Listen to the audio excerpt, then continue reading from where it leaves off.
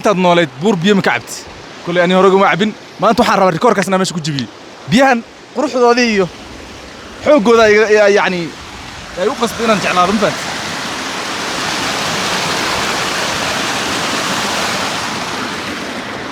wallahi waa biyo qabow oo macaan waxaan u maleynayaa kuwii Kilimanjaro iyo waxyaabo laga soo sameyn jiray in Mount Kenya laga soo xadi jiray maleynayo marka macnaha kuwii Soomaalidu waxay u yaqaanaan caafi Soomaan kuwii caafi laga soo sameyn jiray waa